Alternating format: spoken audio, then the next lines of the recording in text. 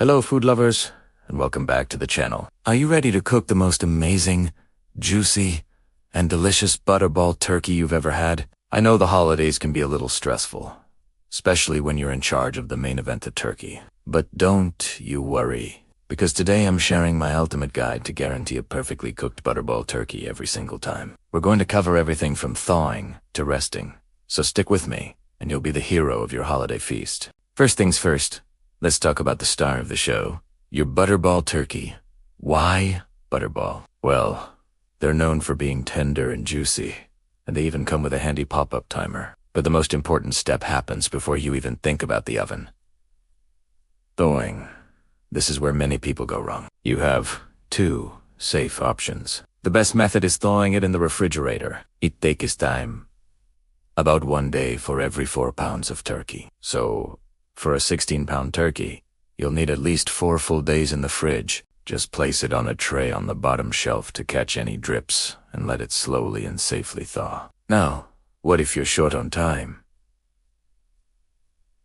We've all been there. Your second option is the cold water method. Keep the turkey in its original wrapper, place it in a clean sink, and submerge it completely in cold water. You'll need to change the water every 30 minutes to keep it at a safe temperature. This method is much faster, taking about 30 minutes per pound. So, that same 16-pound turkey will take around 8 hours. Whatever you do, please do not thaw your turkey on the counter. It is a major food safety risk as the outside will reach the danger zone temperature long before the inside is thawed. Once your turkey is fully thawed, it's time for prep. Take the turkey out of its packaging. Inside the cavities, both front and back, you'll find the neck and a packet of gib. Don't throw these away. You can use them to make a fantastic gravy or a rich stock. Pat your turkey dry, inside and out, with paper towels. This is a crucial step for getting that beautiful, crispy, golden brown skin we all dream of. A wet turkey will steam, not roast, so don't skip this. Now for the fun part. Seasoning. This is where you can really make the turkey your own. I like to keep it simple, but flavorful. A generous amount of salt and black pepper all over the skin and inside the cavity is a must. Next, I create a compound butter. Take a stick of soft and unsalted butter and mix in your favorite herbs. I love using fresh rosemary, thyme, and sage, along with some minced garlic and a little lemon zest. This combination is classic and smells absolutely divine. Once your compound butter is ready, gently separate the skin from the turkey breast. Be careful not to tear it.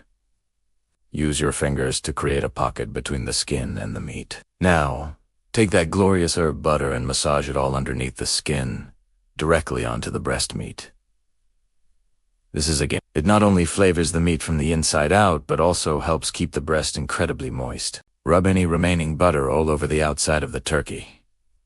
This will help the skin get crispy and golden. For the inside of the turkey, I like to stuff the cavity with aromatics. A quartered onion, a halved lemon, a few cloves of garlic, and a bundle of the same herbs you used in your butter will infuse the whole bird with amazing flavor as it roasts. Just be sure not to pack the cavity too tightly. You want the hot air to circulate. I prefer to cook my stuffing in a separate casserole dish. It cooks more evenly and it's safer, as stuffing a bird can sometimes lead to uneven cooking. With our turkey prepped and seasoned, it's time to get it ready for the oven. Place it on a roasting rack inside a large roasting pan. The rack is important because it allows hot air to circulate all around the turkey, ensuring it cooks evenly and the bottom doesn't get soggy. Tuck the wingtips under the body of the turkey. This prevents them from burning and creates a more stable base. You can also tie the legs together with kitchen twine, which helps the turkey cook more evenly and gives it a nice, compact shape.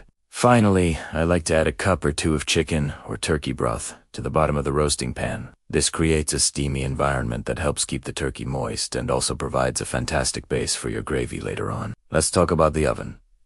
You'll want to preheat it to 325 degrees Fahrenheit. Roasting at a lower temperature, low and slow, is the key to a juicy turkey that's cooked through without being dry. Cooking time will vary based on the size of your bird, but a general rule of thumb is about 15 minutes per pound for an unstuffed turkey. So for our 16-pound example, we're looking at around 4 hours.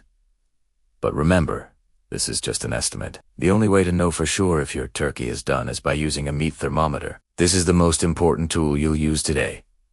Forget the pop-up timer. While it's a helpful indicator, a digital meat thermometer is far more accurate. You need to check the temperature in 2 places.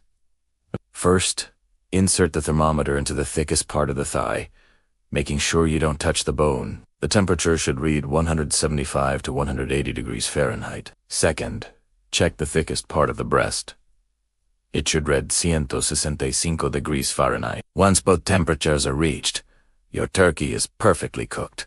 During the roasting process, you might notice the skin on the breast getting too dark before the turkey is fully cooked. If this happens, don't panic. Simply tent a piece of aluminum foil loosely over the breast. This will shield it from the direct heat and prevent it from burning while the rest of the turkey continues to cook. You can do this for the last hour or so of roasting if needed. Some people like to baste their turkey every 30 to 45 minutes with the pan drippings. While this can add a little flavor, opening the oven door so frequently causes the temperature to drop, which can extend your cooking time. My method of putting butter under the skin keeps it so moist that I find basting is not really necessary. All right, the thermometer says we're done. The turkey looks and smells incredible. But hold on, don't carve it just yet. This next step is non-negotiable for a juicy turkey. You must let it rest. Carefully transfer the turkey from the roasting pan to a large cutting board. Tent it loosely with foil and let it rest for at least 20 to 30 minutes. A larger bird might even need up to 40 minutes. This allows all those wonderful juices that have been pushed to the surface during cooking to redistribute back into the meat. If you cut into it right away, all that moisture will just run out onto your cutting board, and you'll be left with dry turkey. This resting period is also the perfect time to make your gravy using those delicious pan drippings. Once your turkey is rested, it's time for the grand finale. Carving. Start by removing the legs and thighs. Cut through the skin between the breast and the drumstick. Then bend the leg back until the joint pops. Cut through the joint to separate it completely. Then you can separate the drumstick from the thigh. Next, locate the wishbone at the front of the breast and remove it.